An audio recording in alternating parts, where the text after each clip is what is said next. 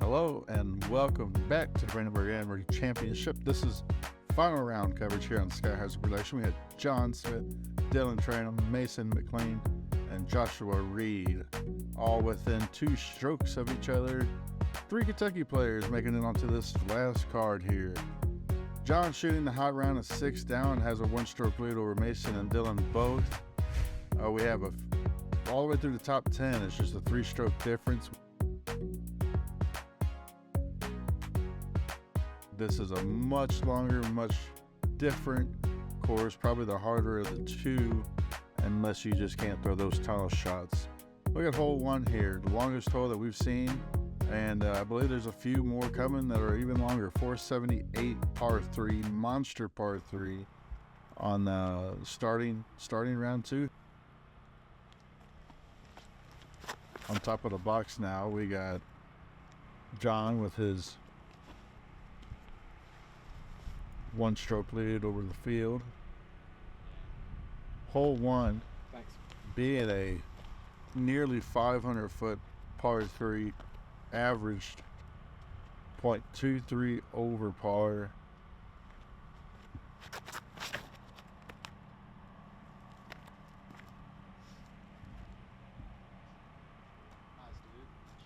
But only 25, well,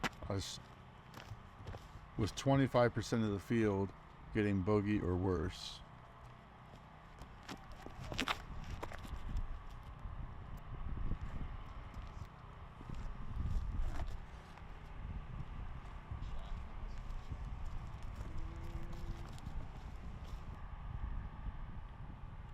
Looking at drives from Mason here. Mason has really great distance. All the players here can throw far, but as we can tell, as we'll see here,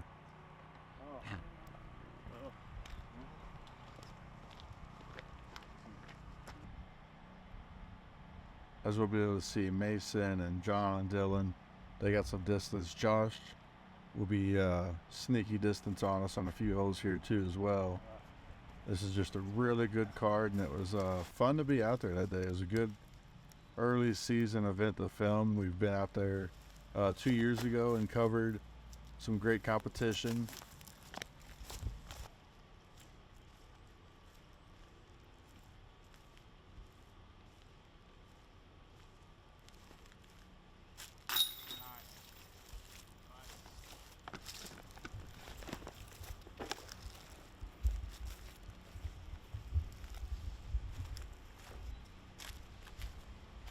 Good birdie putt by Mason, right around circle's edge.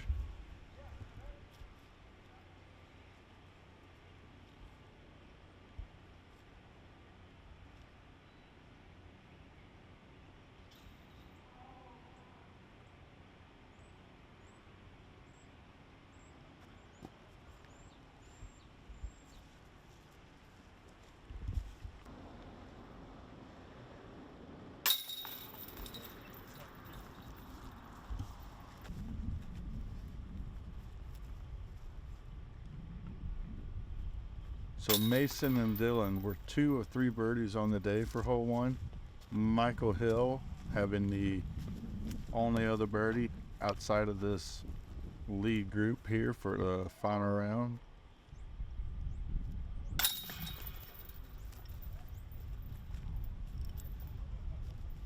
Welcome to Blaze Boutique. We would love to have you come down and shop with us. We are Hardin County's only Western wear boutique, and we're happy to be supporting Heartland Disc Golf. So come down and see us, and good luck to all of our golfers.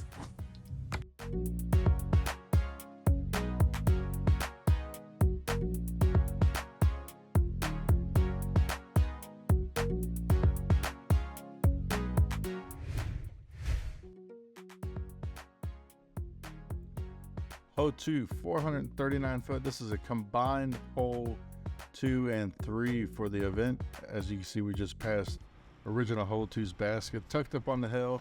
Another really long par 3 coming in at 439. This hole played a full half a stroke over par.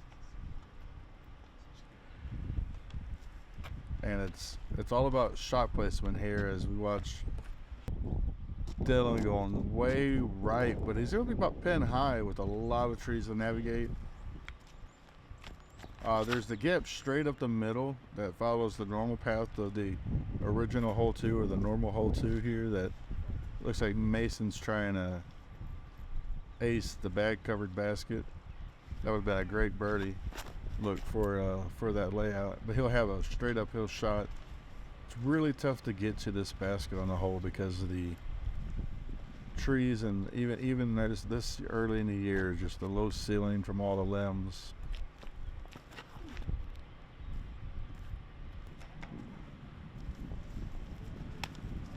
Now Joshua going for the more turnover route, just came a little inside on that turn.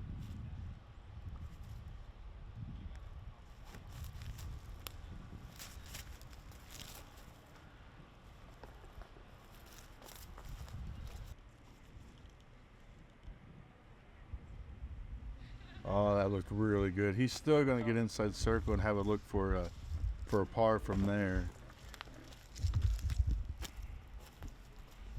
Dylan just crushed that drive, got him far enough down there to have a look at the basket, and he'll have that remaining for par. Now to Mason for his birdie.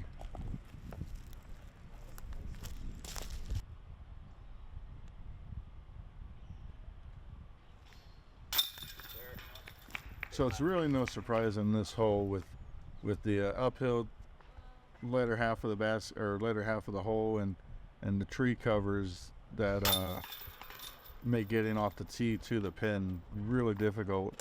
There was no birdies on the day for hole 2,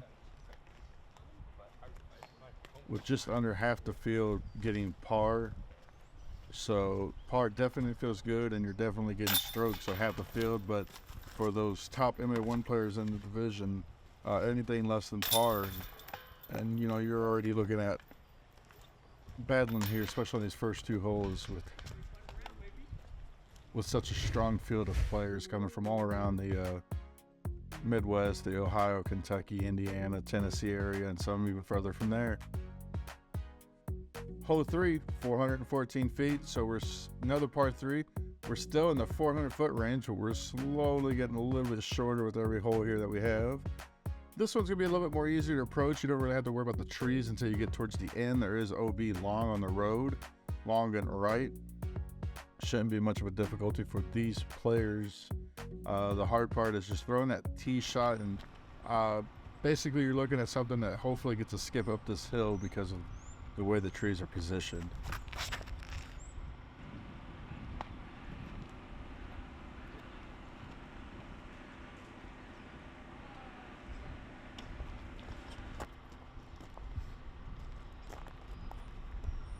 So that's 2 drives by Dylan that have leaked out to the right there. He's really trying to put some power on them with how big these are.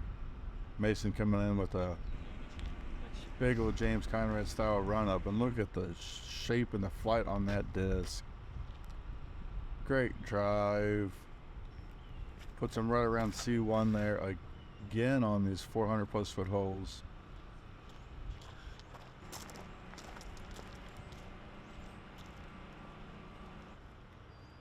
Josh throwing one off the tee. It looks so far, but you can just tell how difficult it is. It's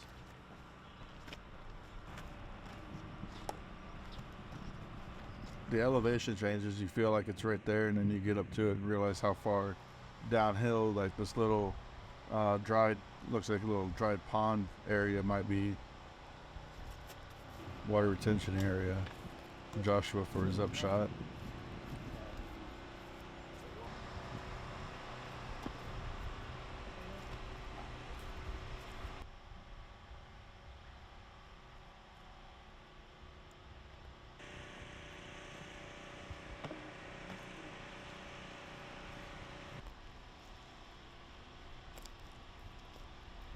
All these players are given these bids.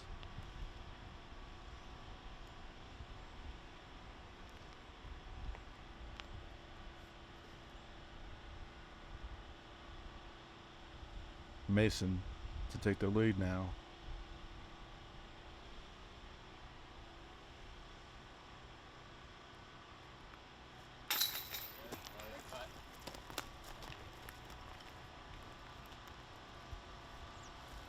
Big birdie putt, taking him to 7 down for the tournament and a 1-stroke lead over Dylan. He was the only birdie on the day for this hole, but still had 65% of the field getting a par behind him. So another long but fair par 3 here.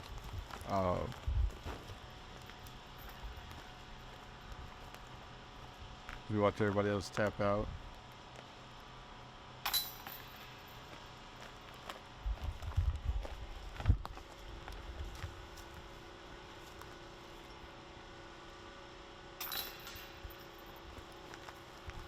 Three of the hardest 6 holes on Marlboro Disc Golf Course come in these first 3 holes, so players will be looking at a little reprieve as they continue the round. So now, under 400-foot par 3, here we go. We got the road out to the left. We got some water behind the basket. I think by the time the players were getting there in the tournament, that had dried up, so it's not as much of a casual difficulty there. But 366 par 3, slightly downhill once you get over the gravel. I believe the gravel was playing out of bounds again this year. There's that mandel tree out to the right, so you really have to throw something nearly straight or take this wide hyzer route kind of out towards the OB on the left. Mesa hit on top of the hill and it kind of rolling towards the basket there, so that's not a bad spot. Let's see where he is on his next shot.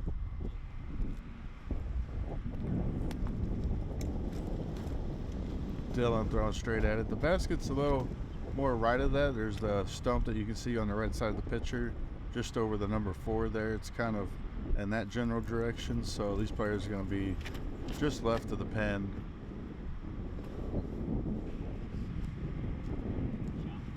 Thank you. John looks like he has a good line on it coming in.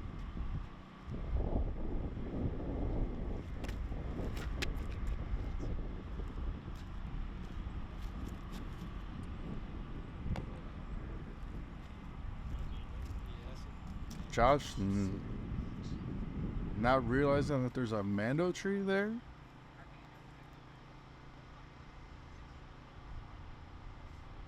Yeah, we could hear the card telling him after he threw. That's tough right there. I mean, you hate to see it. It's on the player, but as he's throwing his upshot now to the pin. So he barely got off the road. He didn't go OB here. He was in bounds.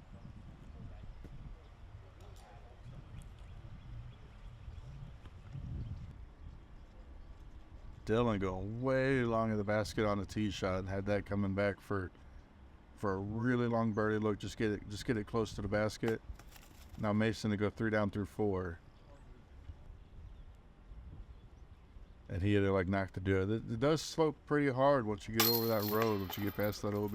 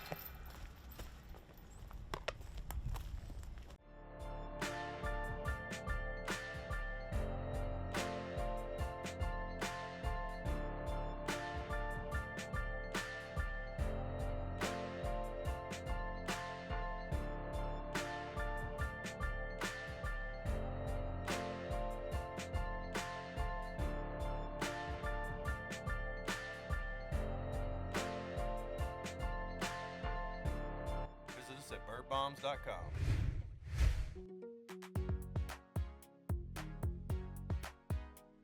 Here we go, hole 5 under the 300 mark now for par threes. It's not getting much easier because there's still a lot of guarding trees in the way.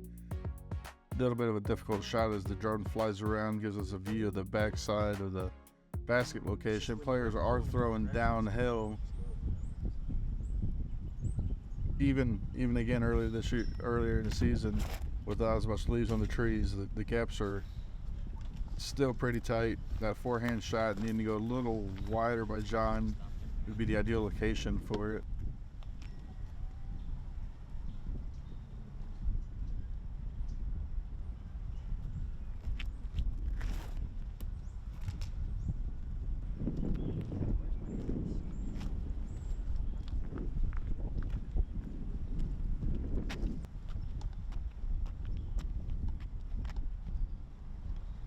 This hole played 2.73 average, scoring average on the day. Top 5 or 5th easiest hole for the division.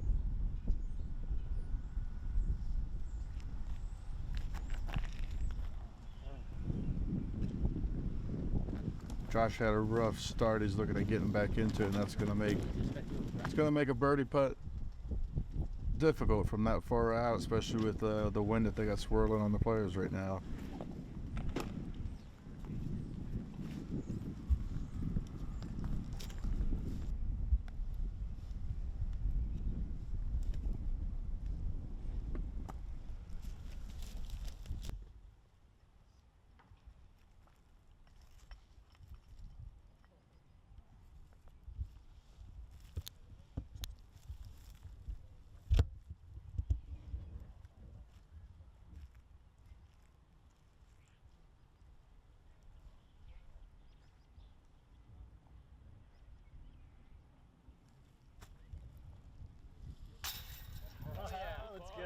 Not a challenge from the treacherous stance that he had to take up on the rocks. Huge birdie putt by Josh.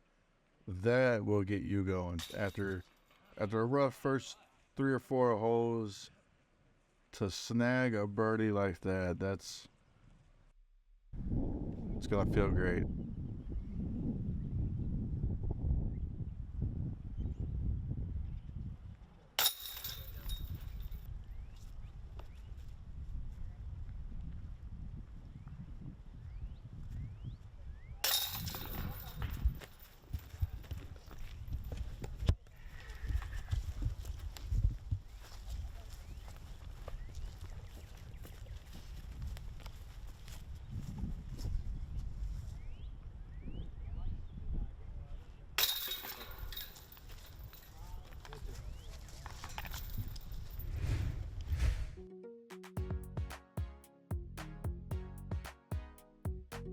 Hole 6, 304 par 3. The road or path here is OB as a river.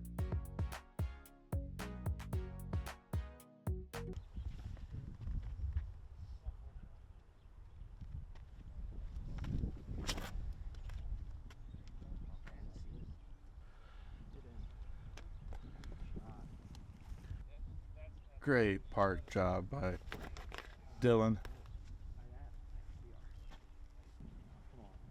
Josh giving it a run.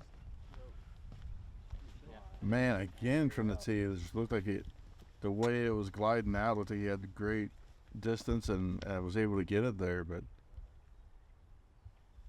that is in danger of being out of bounds. I couldn't see where it finished from that view. And that rose up in there, giving Dylan a run for CTP.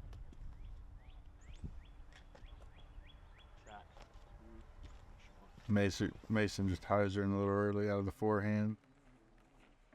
So Josh is OB, just barely. He has to take his lie behind the river. I wonder if the card determined that he never had crossed on the other side, and that's why he did that.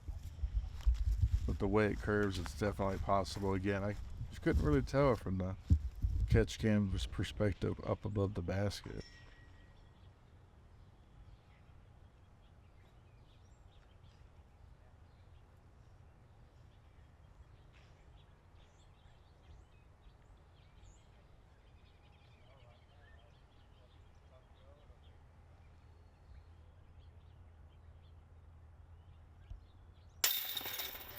Solid putt by Mason, not to be thrown off by the tree or his fellow competitors parking their drives.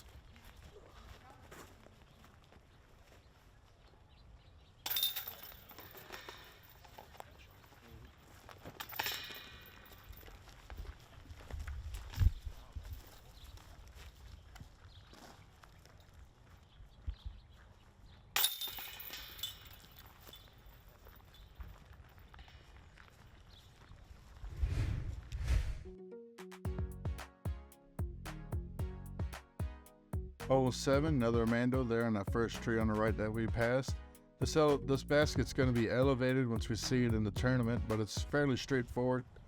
279 feet, might play a little longer than that with the elevation, the way it all is, but it's you have your choice, left side, right side gap. So that left side gap you get to throw in towards the hill, so a bit more of a backdrop. That one, they're playing to the orange basket that is on top of the normal basket for this hole.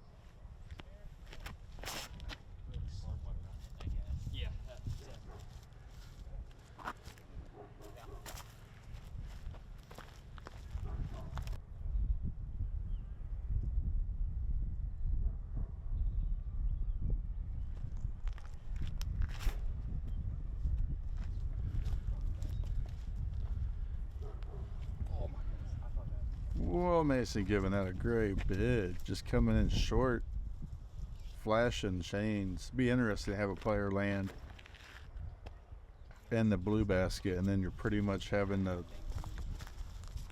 look straight up and throw a layup to get into the one that you're supposed to be in. This is all downhill, so yeah, anybody right of these pin locations with how high up that basket is pretty much going to be wanting to take that medicine, especially from the distance that Josh was at.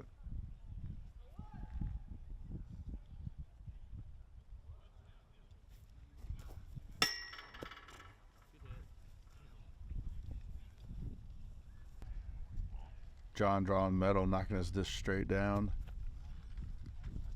And Dylan just not even going to chance it.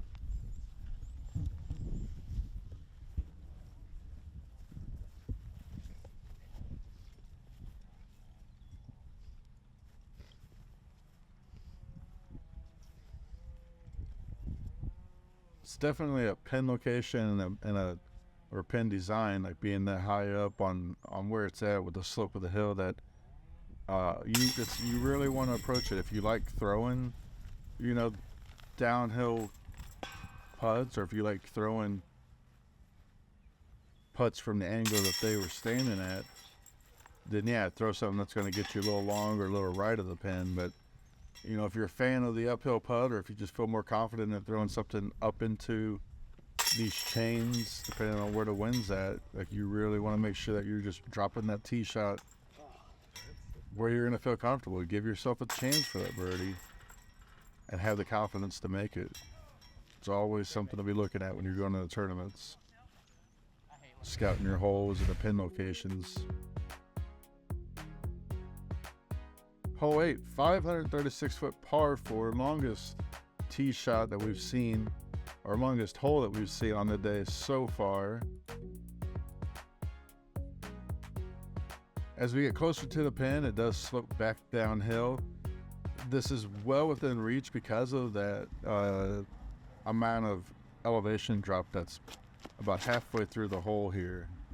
If you could throw something that gets over and it's just going to slowly glide down and hyzer out towards the pin, as we watch Mason just crushing on the card in front of them.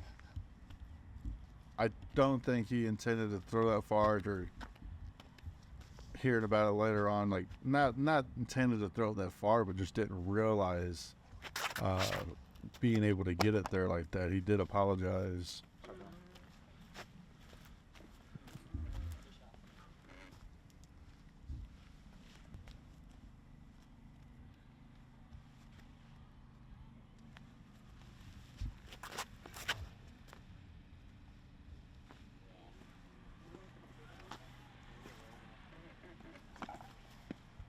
all these players piping some really well-looking drives down to that basket and going to be well within range of a possible eagle run.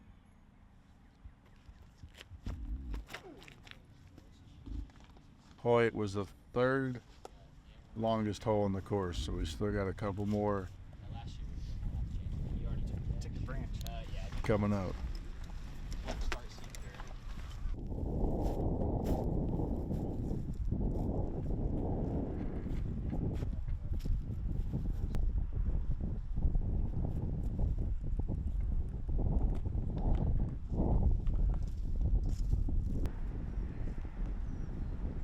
These can be tough approach shots coming in,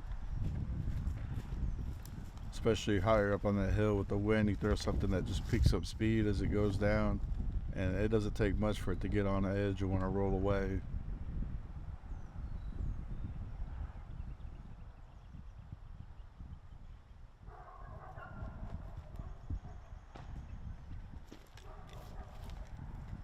Just as that did, like it looked like it landed flat, one bounce up, and now he's looking at a tough uphill comebacker for birdie.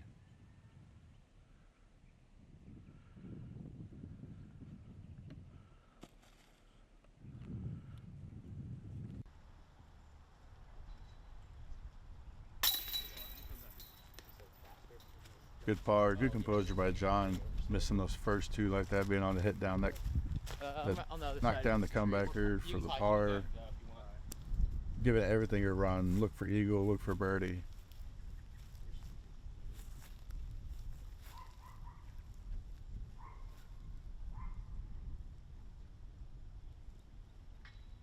Now Josh to get back under par. Why'd you roll it? Just a miss off to the right. Dylan, and for three.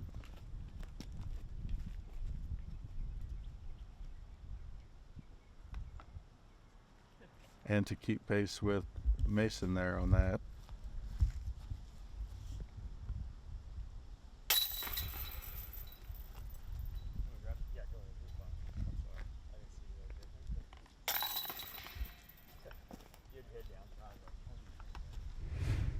So we're 8 in, and the top three are still really tight, with Josh being just 3 strokes off the lead. As we roll into hole 9, this 331-foot par 3, it's gonna play a little bit longer. It's got some trees on the left side, the limbs that are right around the height that you want to hit. It's gonna force the players to throw more hyzer than what they probably would like on this kind of straighter shot, and then by doing so, like knowing you got to get right of the trees on the left to get it there, you have that possibility of pushing it to the trees on the right. There's a lot to go into throwing a shot on this hole. 4 is wide open as it looks, and Dylan just making it look even more wide open, making it look really easy here.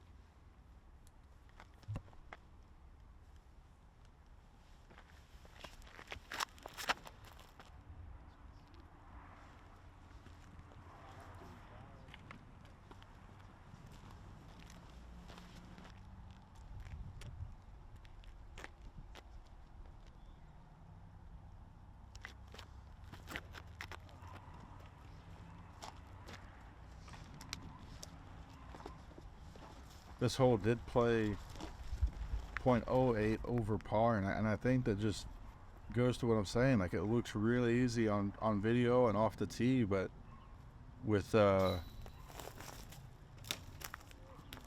these trees on the right here, trying to throw something that gets around those on the left, they can easily get caught up, and it knocks you down so early that it takes that birdie opportunity out of the picture.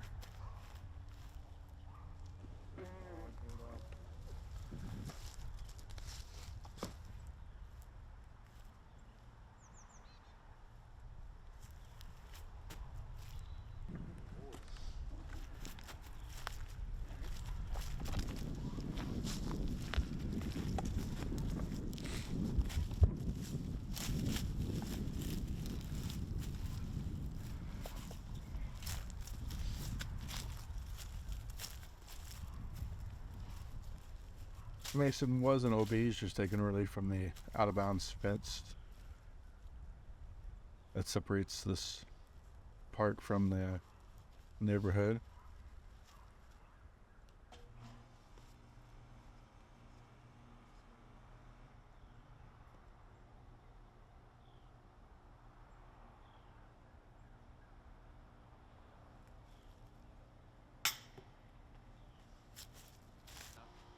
Off the banner. I think he meant out of the circle. Oh, out of circle? Yeah, it's like right there. Yeah. Determine if he's circle one or not.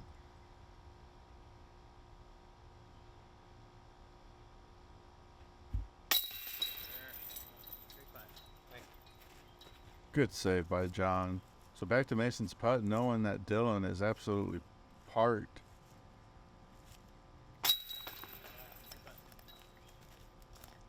Just shows, like, you know, the difficulty of getting off the tee can drop you from a birdie to par quickly, and if you don't execute that upshot, you're taking a score that's losing strokes and now losing a share of the lead. Well, there we go. 9 holes quickly through. 9 more to come. Jon Smith, Dylan, Mason, Joshua Reed.